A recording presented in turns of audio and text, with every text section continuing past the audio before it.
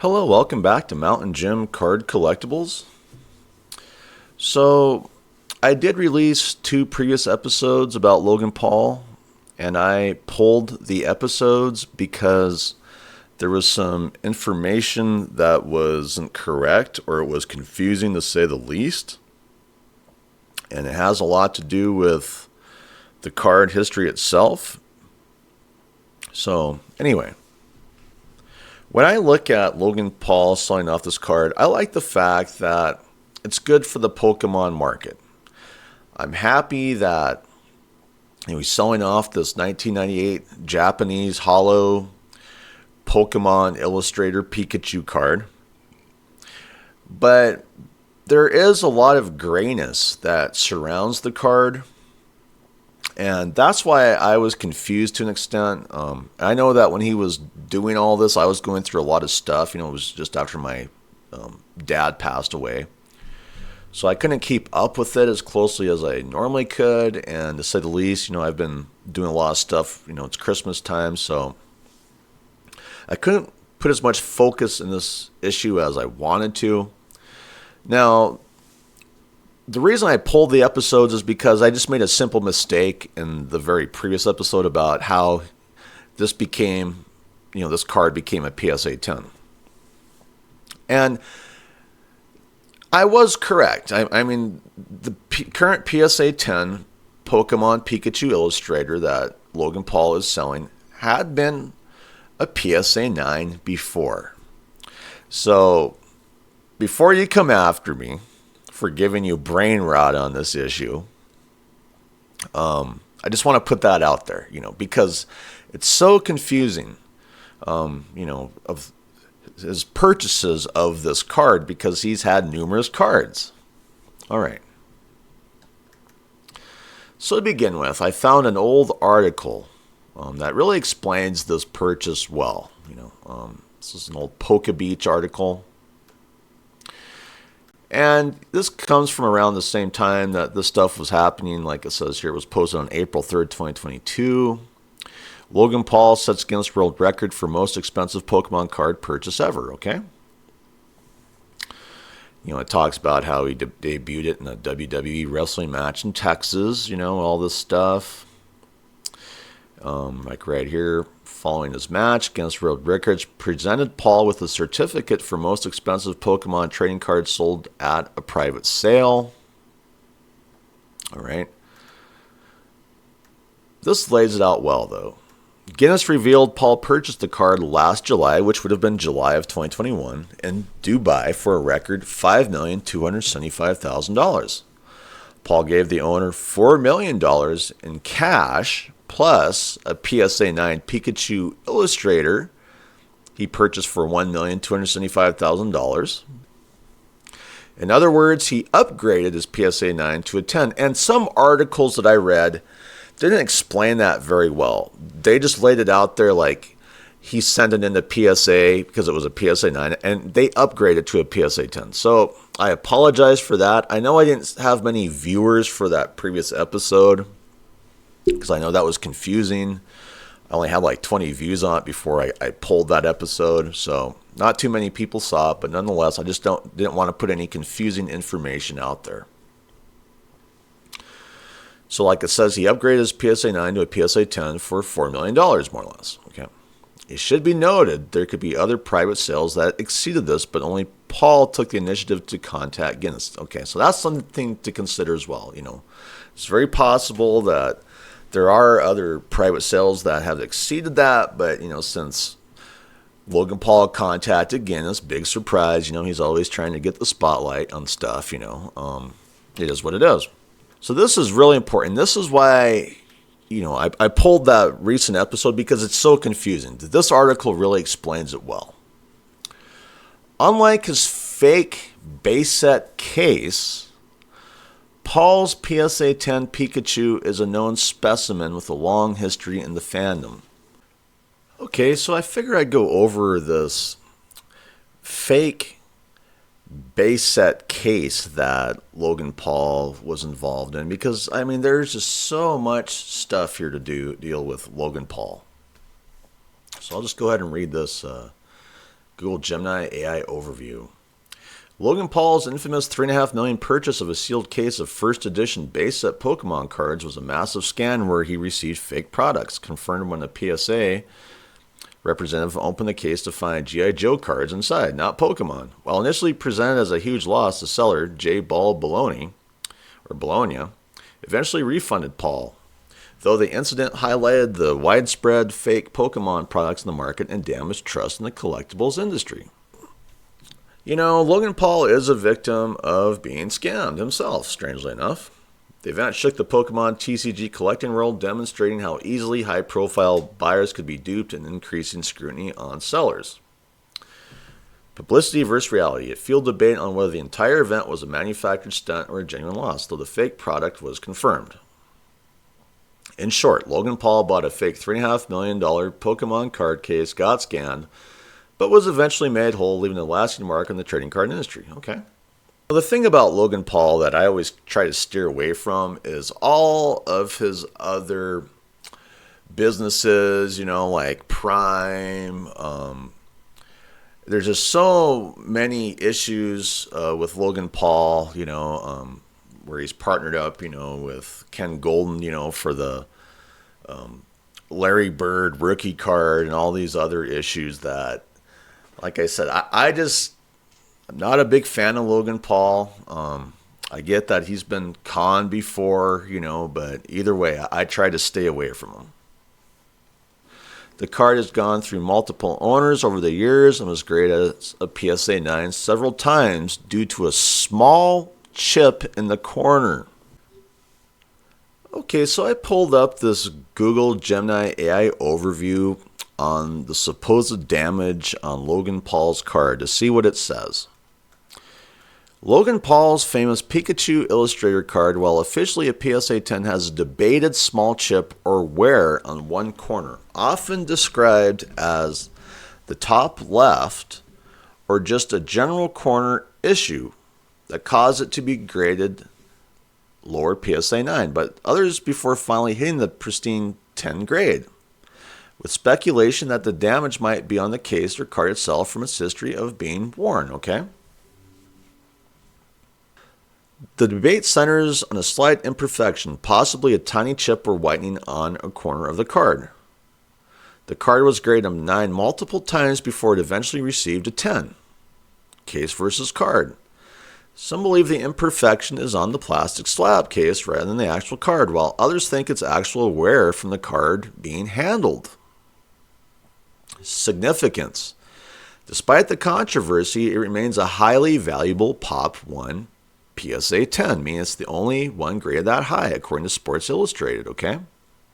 So that's just it, is why was this card being graded a PSA 9, like it says, often described as the top left or just a general corner issue? Okay, so here is a Reddit on this. Let's see what this one says.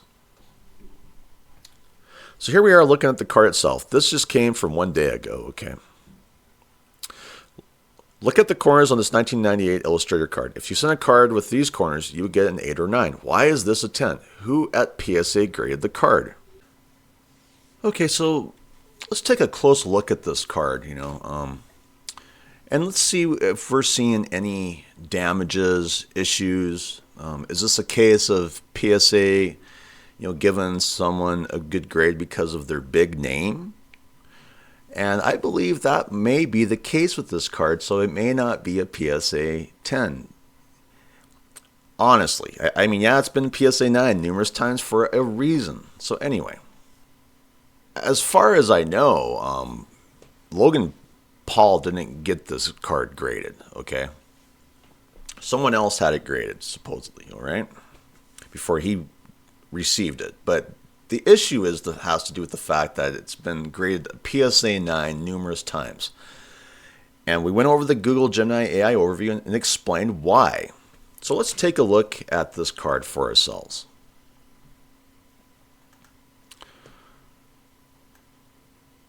So, you know, we can see these corners really clearly. I am not seeing really anything, just maybe a little something right there on this front. little something up here, and they're always talking about this corner, okay? And that's important to think about, this corner, but we're not really seeing anything, okay? At least not in this image.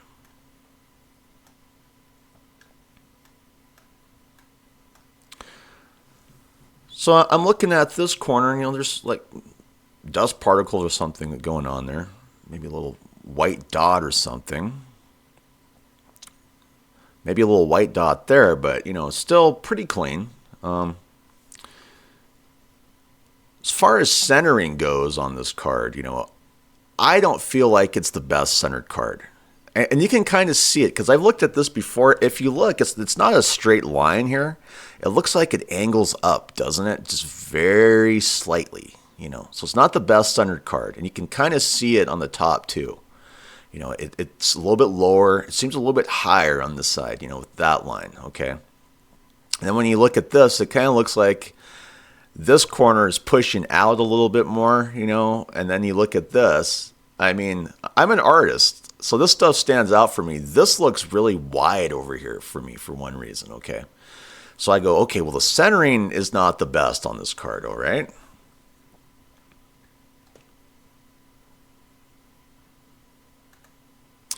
But really where you get your answers is the back of the card. Okay, this explains a lot. And this is why I would stay away from this card, is the back of the card, okay? Which I typically see a lot of issues in other Pokemon cards too, because it's just so tough to get a perfect Pokemon card. Because you need perfect centering, perfect edges, perfect corners, and I typically never see that with Pokemon cards. I'm always surprised when there is a PSA 10 Pokemon card, because even with my own eyes, I go, no, I just don't see it.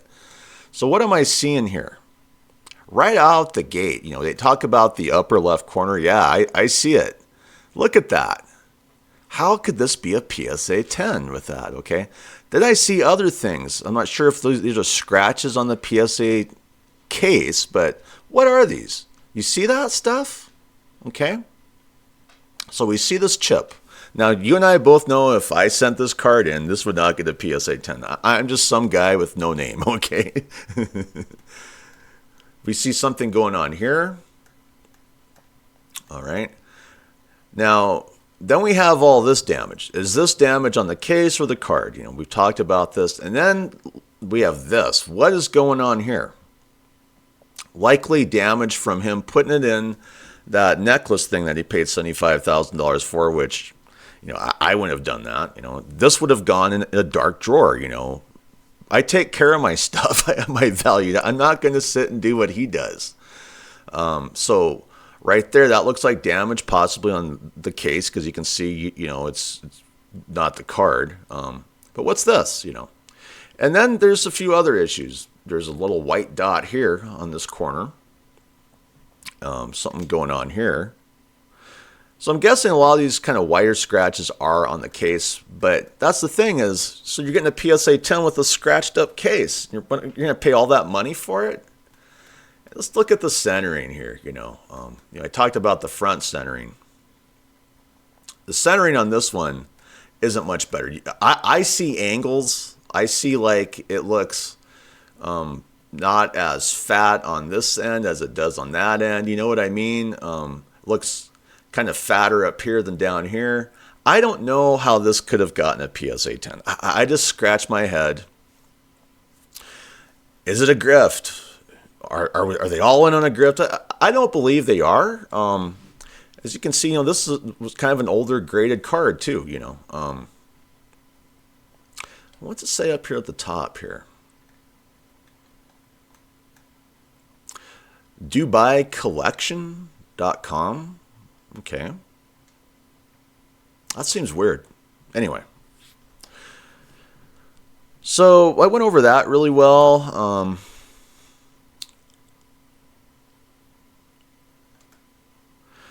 I mean, to me, it's not a perfect card. And the front here again. What's this? Is this on the case as well, or is that on the card? I mean, I'm guessing it has to be on the case because numerous scratches on this case. So if you want to purchase this card and get it reholdered, Well, they're going to regrade it, and they're likely give you a PSA 9. Think about that. I'm going to just say that again. The card has gone through multiple owners over the years and was graded as a PSA 9 several times due to a small chip in the corner. However, it was regraded again and ultimately received a 10. So that's why this gets to be so confusing, even, the fact he had a PSA 9 that he traded into this individual for his PSA 10, This card itself used to be a PSA 9 because of a small chip in the corner, all right? So how could he have gotten a PSA 10? Think about that. Think long and hard about that. Who was the collector that sent it in, Because it had a small chip in the corner, but it still got a PSA 10. How did that happen, all right? Anyway. It was someone in Dubai that had this card, all right? And here's just kind of a basic history of the card. The Pikachu Illustrator cards were originally awarded through 3 card illustrator contests in Koro magazine in 1998. And winners received a copy of the promo plus their winning artwork on a promo card. It's estimated a maximum of 39 copies of the card were awarded. However, only 24 are still known to exist thanks to PSA grading. Okay. So, it is confusing, to say the least. The PSA 10 card's confusing, to say the least. It has a small chip in the corner, So how could it have gotten a PSA 10, That just really makes you scratch your head. Okay. So anyway, that's one of the main reasons I pulled that previous episode, is I just didn't want to confuse anybody, because this card's really confusing. I don't mean to inspire any brain rot, so that's another reason I pulled the episode. I just don't want my viewers suffering from brain rot. Logan Paul bought a rare PSA 10 Pikachu Illustrator Pokemon card in 2022 for $5.3 million. And we just went through that in that article. Wearing it as a necklace, and is now auctioning it via Goldin auctions in early 2026. Accepting a $2.5 million advance and a stake from Goldin with links to his co-owned liquid marketplace, now facing issues, surfacing as he sells it as a premier alternative asset, aiming for $7 million to $12 million, and even featuring it on Netflix's King of Collectors. Okay. So 2022 purchase. Logan Paul buys a sold PSA 10 graded Pikachu Illustrator card for approximately $5.3 million in a private deal, setting a Guinness World Record. All right. 2022 to 2025 display wear. Paul wears the card in a custom chain costing $75,000 during public appearances, like his WrestleMania debut, promoting it as a top-tier collectible. May 2024. This is where, this thing looks bad. This is the liquid marketplace repurchase. Okay. Paul repurchases the card from Liquid Marketplace, a platform he co-owns, for a substantial amount, intending to distribute funds to fractional owners through the platform, though the platform later faces operational regulatory issues impacting user funds. Yeah, now that is the biggest issue here. Okay? And then he just announces this, that he's going to sell it, December 2025, the auction announcement. Paul announces he's auctioning the card through Goldin Auctions in early 2026, touting it as an alternative asset, outperforming stocks. Which, I talked about that in one of my previous episodes. I think that's great, that Pokemon cards are being, touted as an alternative assets. It used to be just sports cards, but, TCG's rolling on in there. December 2025, deal details. He reveals he took a $2.5 million cash advance from Goldin and gets a piece of the auction, with the sale set for February 15th, 2026. Okay. 2026 auction. The card is expected to sell for $7 million to $12 million at Goldin Auctions. Okay. Now this is important too. Ties to Liquid Marketplace. Paul Cohn's Liquid Marketplace, a platform for fractional ownership of collectibles. His 2024 repurchase from the platform, intent to resolve fractional ownership, coincide with the company's subsequent operational and regulatory troubles, affecting user access to funds. Yep, that's the biggest problem. While selling the card now, Paul's association with Liquid Marketplace adds layers of scrutiny, with some questioning the card's grading and sale due to the platform's issues. All right. And this is the reason why I feel like this sale should not go through. Okay. And the reason why comes from Logan Paul himself, So here is a X post from Logan Paul that was posted on Christmas Eve, December 24th, 2025. All right. Attention, Liquid Place market users. As you may know, the PSA 10 Pikachu Illustrator was previously listed on Liquid Marketplace, where users could purchase tokens that, according to the company, represented fractional ownership interest in the card. Because that's really what Liquid Marketplace does, is they hype up fractional ownership in collectibles. In May 2024, consistent with the platform's terms, I repurchased the card. I paid a substantial buyout amount to the platform, which was intended to be distributed to fractional owners based on their respective percentages. I was informed at the time that the funds had been distributed accordingly. Unfortunately, after the company and some of its principals faced regulatory scrutiny, a process in which I have had no involvement or insight, as it does not relate to me. Okay, that seems very strange, because we know he's a part owner of this company. Okay. I recently learned that the platform also experienced operational issues which affected user access to accounts and funds held on the platform. As a result, many Liquid Marketplace users have been unable to access their buyout proceeds or wallet balances with no clear timeline for resolution. He keeps talking about this. Now, that is why I feel like this sale should not go through. I'm just going to repeat that. I recently learned that the platform also experienced operational issues which affected user access to accounts and funds held on the platform. As a result, many Liquid Marketplace users have been unable to access their buyout proceeds or wallet balances with no clear timeline for resolution. So right there, I used to sell real estate, used to be a car salesman. Whenever you're selling property, you have to have a clear and legitimate case of ownership, okay? Now, these fractional owners that have not, been given their funds because of supposed operational issues could be a problem for any future purchaser of this card, because they could possibly claim ownership of the card, which means that the future owner could end up going to court on this issue. And there's all these gray issues that would tend to steer me away from this card. As much as I like Pokemon cards, as much as I like this card, that's the main reason I would stay away. It says here, for those affected and unable to withdraw your funds, please know that I am actively working with Liquid Marketplace to help ensure these funds can be released in the near future, just as intended when I repurchased the Illustrator in May 2024. Stay tuned for updates. Okay. Is this good enough for those people?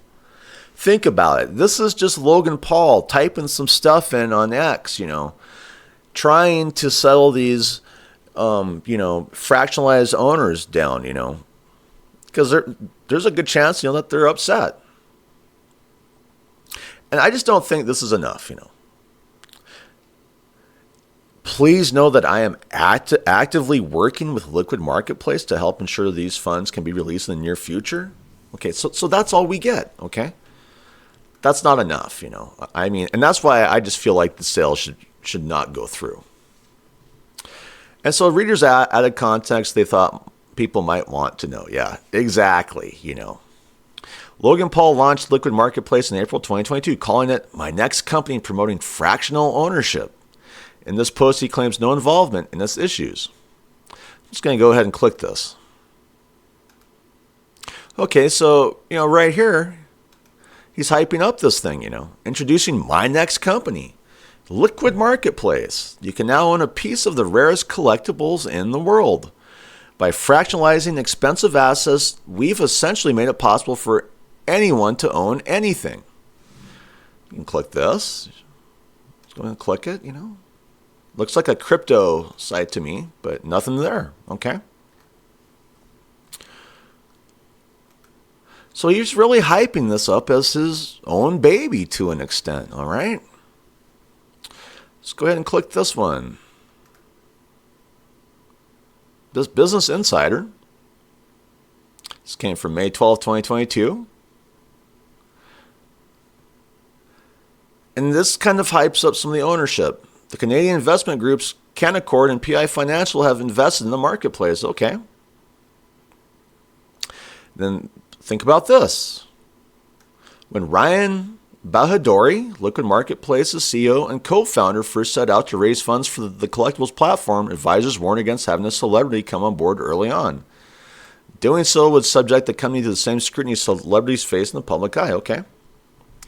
So, this is Bahadori.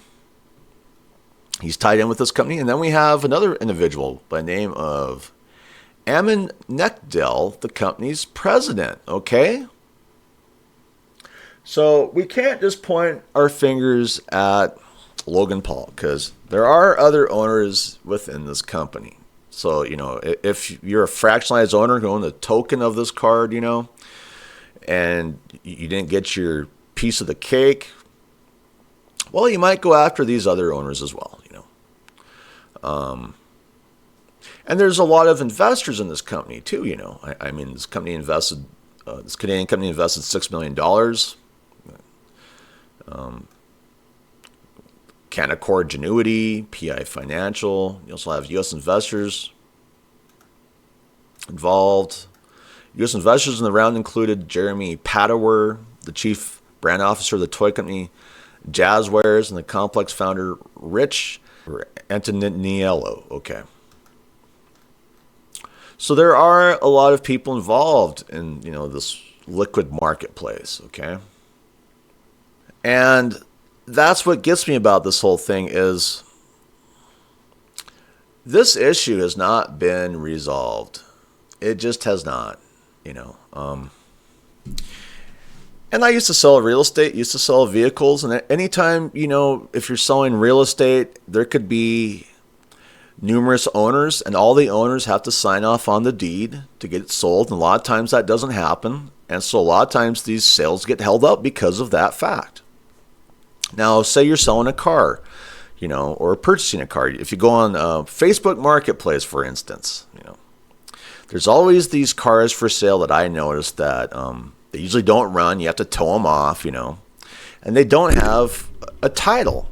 And so it's just like, what are these people trying to sell? Because anytime you see a car that doesn't have a title, there's a strong possibility that it could be stolen, And they always claim, you can go, get various types of titles, to make up for that lost title. But I always stay away from those vehicles. And I would stay away, from purchasing a piece of real estate where all the owners have not signed off on it, if there's numerous owners. That's why I would stay away from this. The same reason. So, to me, that's why I would not be interested in this card. And also, when you get into it, the fact that it was graded PSA 9 numerous times, has an issue with the corner, like a chipped corner, whatever, There's a good chance if you took out this PSA 10, got it regraded, it would be another PSA 9. That's just it, So I'd stay away from it for that fact as well. Anyway, how do you feel about this issue? Leave some comments. I'd like to thank my subscriber base. You're the reasons I keep doing these episodes. And if you're a viewer and you haven't subscribed, it's 100% free. Just click the subscription button. And I can help, get this channel going strong, to say the least. And I can also improve it. So anyway, I hope you have a great day. I'm out of here. Bye.